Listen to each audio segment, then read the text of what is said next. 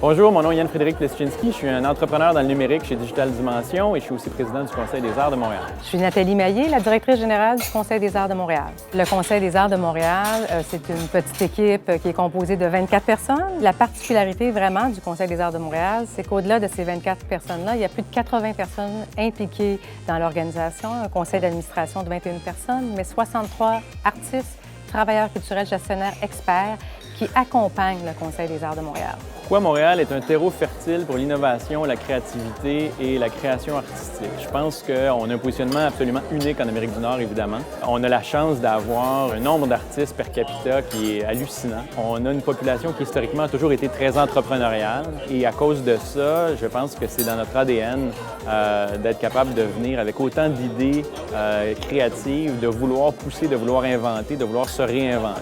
Certainement d'abord parce qu'on a choisi collectivement d'investir et de soutenir les créateurs et les artistes. Il y a un nombre exceptionnel d'artistes à Montréal. De plus, nous sommes un peuple francophone minoritaire dans un bassin d'une communauté anglophone. Et ça a été démontré scientifiquement par des études que les peuples minoritaires dans un environnement distinct est plus créatif et plus innovateur. Les statistiques le démontrent. Quand on parle de Montréal, on parle des artistes de Montréal. Donc, on dit à la communauté d'affaires, utiliser ce talent-là pour encore mieux faire rayonner Montréal. Pourquoi avoir choisi la tribune de la Chambre de commerce pour livrer notre message aujourd'hui? Je pense que c'est un incontournable. La Chambre est une illustration même de la façon d'amener, sur la place publique, des enjeux d'importance.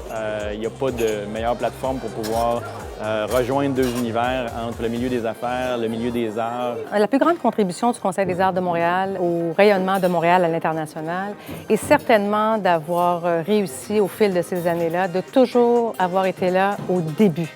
C'est-à-dire qu'on est dans l'économie du secteur des arts et de la culture, celui qui finance le start-up. Je pense qu'il faut revenir à notre rôle. À la base, le conseil, réellement, est souvent la bougie d'allumage. On est souvent l'instigateur ou la première chance qui est donnée à des organisations qui, après ça, sont à même d'aller lever des fonds publics aux autres paliers gouvernementaux, mais aussi des fonds privés et se trouver de l'aide constructive au niveau du savoir-faire. Et si on n'avait pas été là très tôt, il y a plusieurs de ces organisations-là qui aujourd'hui ne seraient pas ce qu'elles sont devenues. C'est ça le rôle du Conseil des arts.